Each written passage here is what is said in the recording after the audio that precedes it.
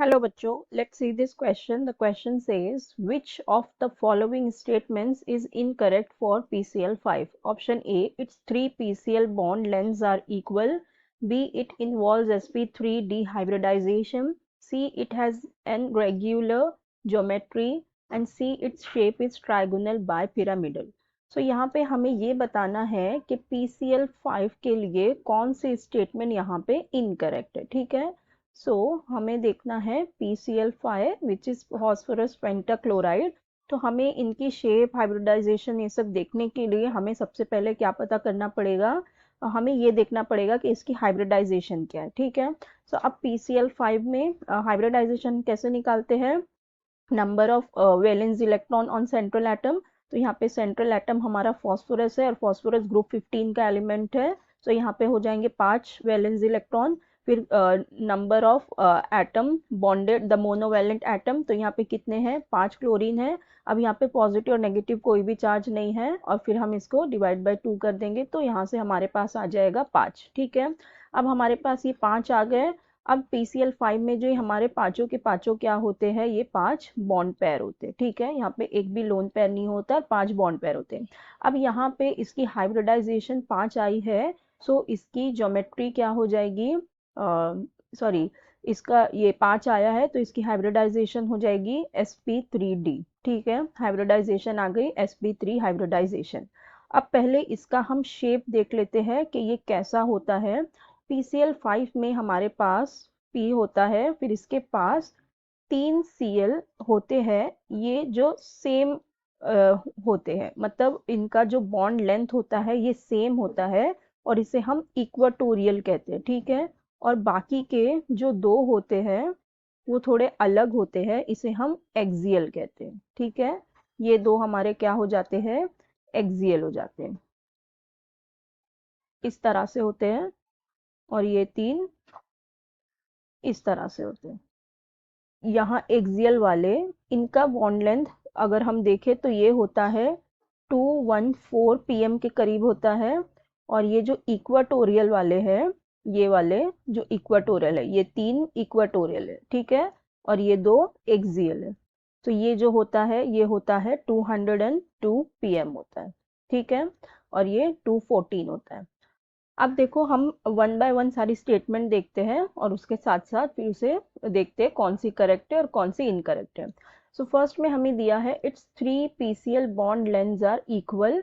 Yes, ये वाली statement बिल्कुल करेक्ट है। ये जो 3 क्लोरीन इससे अटैच होते हैं, इनका जो ये बॉन्ड लेंथ होता है ये इक्वल होता है, ये तीनों इक्वाटोरियल वाले क्लोरीन का, ठीक है। 202 pm होता है, तो ये बिल्कुल करेक्ट है। अब बाकी के ये जो एक्सियल वाले होते हैं इनका डिफरेंट होता है।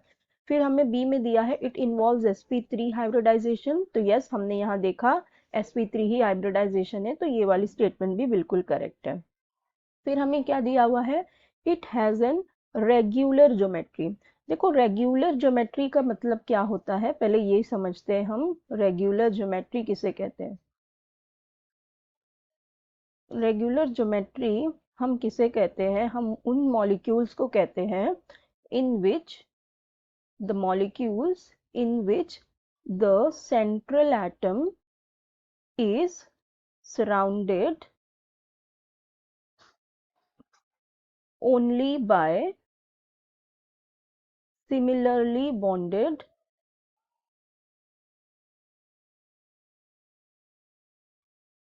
electron pairs will have regular geometry, ठीक है।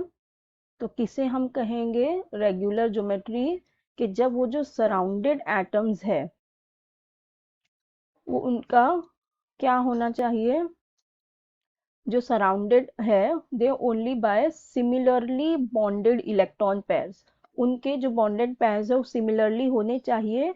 और एक बहुत इंपॉर्टेंट चीज है that the central atom should have no lone pair, should have no lone pair, lone pair भी नहीं होना चाहिए। अगर लोन पेयर भी अगर आ जाता है तो हम उसे इरेग्युलर ज्योमेट्री कहते हैं, ठीक है। तो यहाँ पे लोन पेयर्स भी नहीं होने चाहिए, lone pairs of electron and should and should be bonded to all similar atom, ठीक है, सारे सिमिलर एटम से बॉन्डेड होना चाहिए और वहाँ पे लोन पेयर नहीं होना चाहिए। सो अब देखो यहाँ पे ये कह रहा है कि रेगुलर ज्योमेट्री कब होती है, जब जो हमारा सेंट्रल एटम है वो सराउंडेड बाय होता है only with the similarly bonded electron pairs. लेकिन यहाँ पे देखो ये जो सारे हैं ये सिमिलरली बॉन्डेड इलेक्ट्रॉन्स पेयर नहीं है, जैसे कि हमने देखा ये 3 अलग है और ये 2 अलग है।